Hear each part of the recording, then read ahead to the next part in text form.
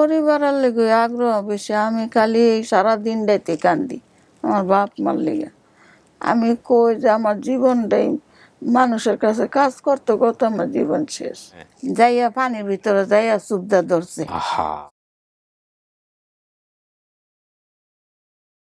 আমাদের এখানে তো আরো অনেক দূর থেকে লোকজন আসে। আসে তো, আপনি বলছেন আমার ছেলেরে যে তোমার আম্মুরে নিয়ে আসতে পারবানি।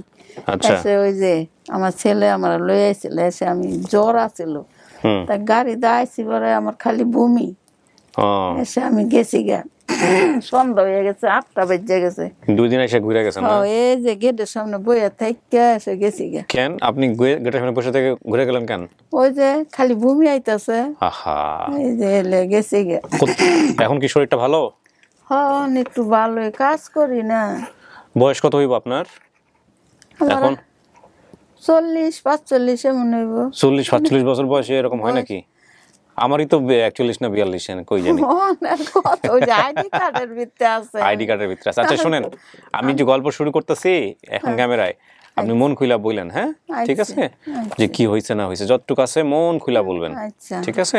আসসালামু আলাইকুম প্রিয় দর্শক এবং শ্রোতা, একটু ইনফর্মালি শুরু করলাম আজকে।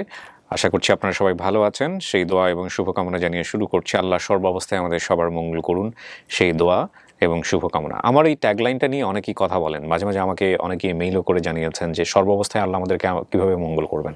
তো মাঝখানে আমি এটা কনফিউজ হয়ে একটু বন্ধ করে দিয়েছিলাম এই লাইনটা নিয়ে, যে আসলে সর্বাবস্থায় মঙ্গল করা বিষয়টা হচ্ছে কি, মানে এটা যে আমি আসলে বুঝে শুনে বলেছি তা না, হঠাৎ করে একদিন আমার মুখ থেকে বের হয়ে গেল এবং তারপর আমি এটা কন্টিনিউ করা শুরু করলাম, করতে করতে এখন কন্টিনিউ করেছিও।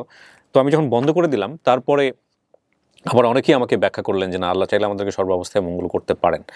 তো কারণ আমরা যখন একটা খারাপ পরিস্থিতির মধ্যে থাকি তখনও তিনি চাইলে আমাদের হেদায়েত দিতে পারেন। তো ওই অবস্থাও কিন্তু একটা মঙ্গল অবস্থা, তাই না?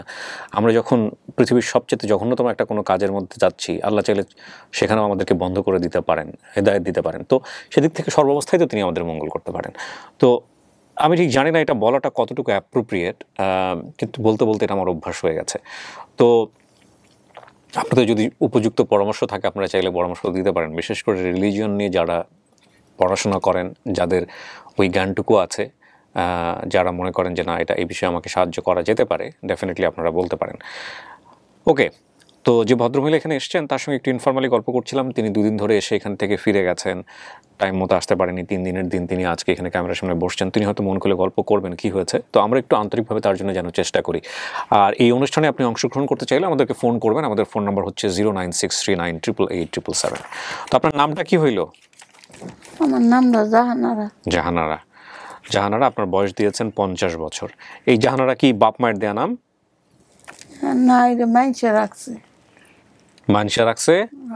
তাইলে আপনার নামও তো বাপ মা যে নাম দিল সে নামও তো আপনি হারাই ফেলাইছি। তাইলে আপনি কেমনে ফিরবেন? আপনার বাবার নাম সৈলুদ্দিন। সৈলুদ্দিন। এটা কি আপনি দিয়েছেন নাকি এটা ঠিক আছে? না, এটা ঠিক আছে। আমার বাবার নাম তো খালি পানির ভিতরে আমি গোসল করতাম, যাইয়া পানির ভিতরে যাইয়া সুবদা ধরছে। সুবদা ধরছে পরে আমি আর ডরে আর বাসায় যাইনি। এই সড়ক আছে বাসার লগ, ওই সড়ক, এই সড়ক দিয়ে আমি একেবারে এই মাথায় গেছি গা, যাইয়া অন্য গ্রামে গেছি গা। তারপর আর বাসায় আর আইতে পারিনি। যাইয়া দেখি একটা গাটলা দেখি লঞ্চ চাই রয়েছে। ওই লঞ্চের এনে খারে খারে কান্দাছি। তাই বেড়ারা মনে করছে যে এটা মনে যাত্রী, উড়াই দিই। এসে আমার লঞ্চে উড়াই দিল। আমি ওই লঞ্চে উঠতে এই যে ফতুল্লা ঘাটে নামছি, আর আমি যেতে পারিনি। তারপরে কি করলেন? এই আজও পর্যন্ত এখানে কান্না করতেছি। লঞ্চে কতক্ষণ আসছিলেন? হ্যাঁ, লঞ্চে কতক্ষণ আসছিলেন? লঞ্চে কতক্ষণ ছিলেন? আসছিলাম সকাল 8টা বাজে উঠছি লঞ্চে, 2টা-2:30টার দিকে আইনা নামাইছে। কোথায় নামাইছে? এই যে ফতুল্লা ঘাটে। ফতুল্লা ঘাটে নামাইছে? আচ্ছা, লঞ্চ কি আপনার বাড়ির কাছেই ছিল? না, যেমন আমার বাড়ি যেমন আর এক গ্রামে, আমার বাড়ি 1 গ্রাম ছাইরা যেমন এই গ্রামে আইছে। আপনি হাইটে হাইটে আসছেন এখানে, আইসা লঞ্চ ঘাটে উঠছেন? আচ্ছা, আইয়া এই গ্রামে আইয়া দেখলাম যে একটা বাঁশ গুড়ার তলে একটা লঞ্চ, বাঁশ গাছ বড়া চেরো কিনারে। এসে দেখলাম একটা লঞ্চ। এই লঞ্চের সামনে আইয়া কান্তাছি, সে একজনে লঞ্চের ভিতরে উড়ে দিল আমারে। দিলে পরে উড়াই দেওয়ার আগে জিজ্ঞেস করে না যে কই যাবা, তুমি কি না করবা? মনে করছে যে মানুষের সাথে আইছি। তারপরে আমার লঞ্চে উড়াই দিছে, এই ফতুল্লা গাড়ি যে নামছি, তার কই যাম, ওই গাড়ি বয়ে বয়ে কান্দাছি। এসে একজনে আমারে পাইয়া লইয়া গেল এই ঢাকা নারায়ণগঞ্জ নিয়া, এসে আমার হেরোই পালছে পাইলা লিলা হেরোই বিয়ে শাদি দিছে আমার। কেমনে নিল আপনারে? ওই যে এখান থেকে লইয়া গেছে লঞ্চের ভিতর থেকে? না, ওই যে লঞ্চ ঘাটায় বয়ে রয়েছি। হ্যাঁ, এসে কি জিজ্ঞেস করছে? এসে জিজ্ঞেস তুমি কান্না করো কে?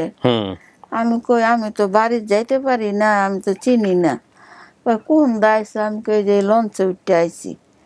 এসে এই লঞ্চে উঠতে আর আমি যাইতে পারিনি। এসে মেলাক্ষণে দেখছে হ্যাঁ বইয়া থেকে যে কেউ আয়েনি, দেখে কেউ আহে না। হেসালা হে আমার লয়ে গেছে, নিয়ে গিয়া নিয়ে হেসালা হেরোই পালছে আমারে। পালছে? পাইলা লেলে হেরোই বিয়ে শাদি দিছে আমারে। এখন কি ছেলে মেয়ে আছে আপনার? একটা ছেলে ওই যে আপনার সাথে কথা কয়। আমার সাথে তো বলে নাই, বলছে হয়তো মহিউদ্দিন বারিফের সঙ্গে। আচ্ছা, কথা কয়ে নিয়ে আসছে। তা এখন কি আপনার নিজের আগ্রহ বেশি নাকি ছেলে মেয়েদের আগ্রহ বেশি আপনার পরিবারের জন্য? আমার পরিবারের লেগে আগ্রহ বেশি। আমি খালি সারাদিন রাইতে কান্দি আমার বাপ মার লেগে। আমি কই যে আমার জীবনটাই মানুষের কাছে কাজ করতে করতে আমার জীবন শেষ জানেন। আমি খালি আমার ছেলে কয় তুমি খালি কান্দো, তুমি যাও এই জায়গায় যাও, এই যে মোবাইলে দেখে আর ওই মোবাইল দেখায়, আমি ওই দেখলেই কান্দি। দেখি কান্দি আর এই যে হেনে এই যে খুঁজে খুঁজে এই যে কথা কইলো হেসে এই যে আইলাম। তো আর কি কি মনে আছে আপনার গ্রামের বাপ মায়ের নিয়ে? আমার মা হ্যাঁ, এই যে গরু আছে না, গরুর গইটা দেয় না, গইটা গোবর দিয়ে যেটা বানায়, লাকড়ি লাহানি সোলার দিয়া হরমাইল দিয়া, এই হরমাইল দিয়া যেমন গইটা দিতে আছে। এটা তো গ্রামে অনেক মানুষই করে। এসে গইটা দিতেছে, এসে এই গইটা দিতেছে। আর ওই যে গোসল করতেছি আমি, আমার বাপে যাইয়া কি করলো, আমার পানির ভিতরে দেখে যাই একটা চুবাই ধরছে, তুই আরো পানিতে নামবি আজকে তোর। খুব কি মারতো, খুব শাসন করতো বাপে? অনেক ডরাইতাম বাপরে। কয় ভাই বোন ছিলেন? আমি একলাই ছিলাম। আহারে, আমি একই আমার মার ঘরের, আর ভাই বোন কেউ আসিল না। বাবা কি করতো? বাবা কাজ করতো, দেখতাম ওই ধান টুন কাটতে আনতো ক্ষেতের থেকে, এই দেখতাম গরু আছে। এই বাপের মনে কেমন লাগছে এই যে বাচ্চাদেরকে শাসন করি আমরা? গরু আছে, গরু বিলে লইয়া যাইতো, আমি আবার পাশে পাশে বাবার লগে যাইতাম। বাপে আদর করতো না আপনারে? আদর করতো। তো শাসন করলে তো আদরও করতো, তাহলে ছোট মনে কি করছে? ওই যে পানিতে চুবাইছে আর ভয় আর বাইর যায়নি। আরে যাইনি, এই সারাক্ষণ ওই যে একটা ছেলে হয়েছে মানুষের কাছে বড় হয়েছে, অহনো বাসায় বাসায় কাজ করি আমি। ছেলে আসছে? আইছে,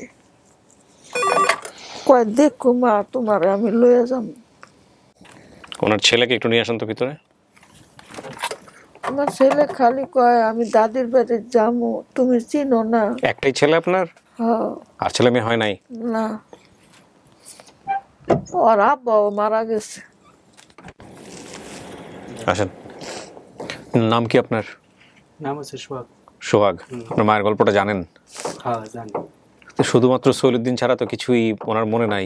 গল্প টল্প করে নাই ছোটবেলায়? ছোটবেলা তো গল্প টল্প এটা আমি আমি আর কি ডাঙর হয়েছে এসম মায়া মারে বলছে। আচ্ছা, তারপরে সে নামনগর এটা দেখে আপনি এবারে মারে দেখাইছেন? তারপরে আমি করছি। আচ্ছা, নাম্বারেতে কল দিয়ে পরে আমি করছি। আপনি কি করেন? আমি তো গার্মেন্টসে কাজ করেন? কাম করি, আবার লেবার টোবারের কাম করি। বিয়ে শাদী করছেন?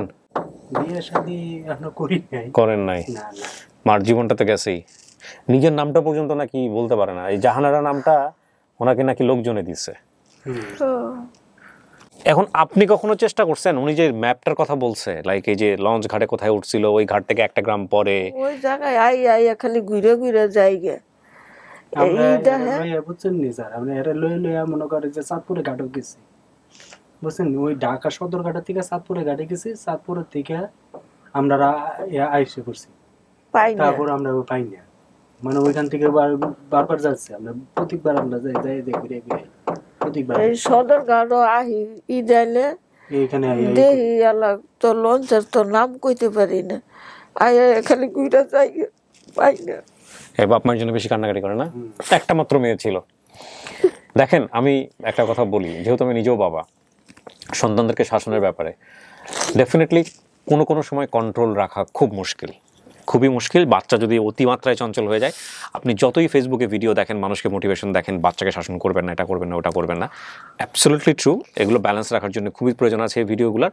বাট কখনো কখনো আমরা বিয়ন্ড কন্ট্রোলে চলে যাই, বাচ্চাদেরকে একটু শাসন করতেই হয়। শাসন না করলে সেটা আসলে বাচ্চাদেরকে কন্ট্রোলে রাখা, বাচ্চারাও যখন বুঝতে পারে যে না আমাকে শাসন করার কেউ নাই, আমি যা ইচ্ছা তাই করতে পারবো, তখন কিন্তু বাচ্চারাও যাতা ব্যবহার করা শুরু করে। এটা ব্যালেন্স রাখাটা খুব জরুরি, কিন্তু কোন শাসনটুকু কখন করব, এবং বাচ্চাকেও বুঝতে দেওয়াটা খুব জরুরি যে আমার সীমানা হচ্ছে, দুষ্টুমির সীমানা হচ্ছে এতটুকু, এর চেয়ে বেশি কিছু গেলে আমার বাবা বকা দিবে বা আমার মা বকা দিবে। কিন্তু এক্সট্রিম ইজ ডেঞ্জারাস। এক্সট্রিম কোনটা? যেমন উনি বলছেন যে আমাকে পানির মধ্যে চুবায় ধরছিল, পানির মধ্যে ডুবায় ধরছিল। It creates bad memory, it creates bad memory. হ্যাঁ, আপনি রেগে হয়তো থাপ্পড় মেরে দিয়েছেন, রেগে হয়তো আপনি করেছেন, কিন্তু আমি দেখেছি অনেক মাই, অনেক বাবাই বাচ্চা কেমনভাবে মারছে যে চুলের মুঠো ধরে টান দিয়ে উপরে তুলে ফেলছে। This is extremely bad. মানে হয় কি, এগুলো আসলে পার্সন টু পার্সন ভ্যারি করে। দেখবেন যে অনেক মানুষই আছে খুব সহজে রাগে না, চুপচাপ থাকে, হ্যাঁ, অলওয়েজ কুল, বাট একবার রেগে গেলে হিতাহিত জ্ঞান থাকে না যে ও কী করছে।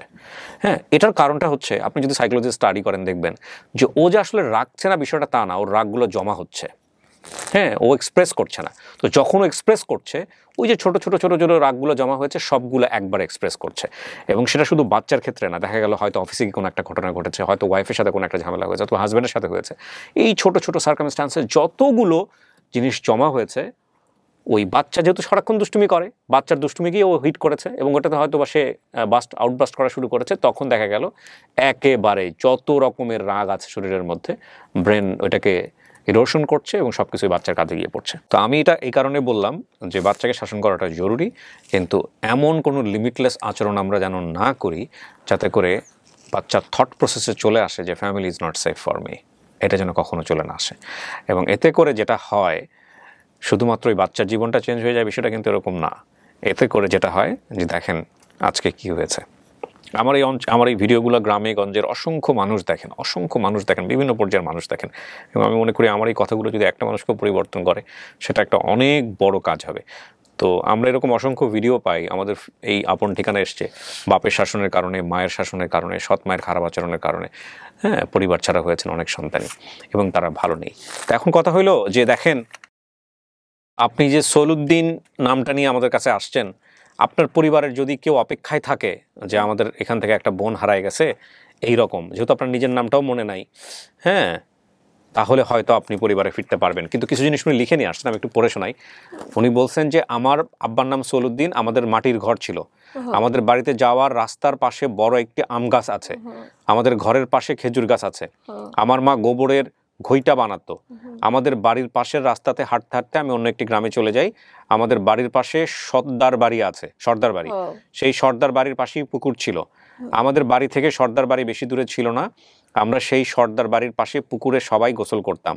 আমার আব্বা যখন আমাকে মারছে তখন আমি আমার দাদির বাড়িতে চলে গেছি, আমার দাদির বাড়ির চালের উপরে একটা আমড়া গাছ ছিল, আমাদের বাড়ি থেকে গোদারা ঘাটে যেতে হয়, তারপর নৌকা দিয়ে রাস্তায় বাজার করতে যাওয়া লাগে। গোদারা ঘাট, এই ঘাটের নাম কি? গোদারা ঘাট। গোদারা ঘাট একটা বিশাল ক্লু, গোদারা ঘাট কিন্তু একটা বিশাল ক্লু। আচ্ছা, এবং তারপর নৌকা দিয়ে বাজার করতে যাওয়া লাগে। নদী শেষে আমাদের বাড়ি, আমাদের গ্রামে ছেড়ে অন্য গ্রামে চলে গিয়েছিলাম, ওই গ্রামে আমি 1 মাস ছিলাম। যাদের কাছে ছিলাম তারা আমাকে একটা মানুষের সাথে লঞ্চে তুলে দেন, লঞ্চটা আচ্ছা ঘাটে এসে থেমেছে, তার মানে উনি আরও লঞ্চ ওঠার আগে 1 মাস অন্য একটা জায়গায় ছিল। তো প্রিয় দর্শক এবং শ্রোতা, এই হচ্ছে আমাদের তথ্য। আমরা যদি চেষ্টা করি ইনশাআল্লাহ হয়তো জাহানারা, আমি জানি না ওনার নাম আসলে জাহানারা কিনা, যেহেতু নিজেও বলতে পারেন না, সৌলুদ্দিনের মেয়ে তার ভিটামাটির সন্ধান হয়তো ইনশাআল্লাহ পাবে। ঠিক আছে, চেষ্টা করি, দেখা যাক কি হয়। হ্যাঁ প্রিয় দর্শক এবং শ্রোতা, আজকের মতো এখানে শেষ করছি। আপনি বেশি বেশি করে নামাজ পড়ে আল্লাহকে বলেন, ঠিক আছে? ওকে, শেষ করছি আমরা। আসসালামু আলাইকুম।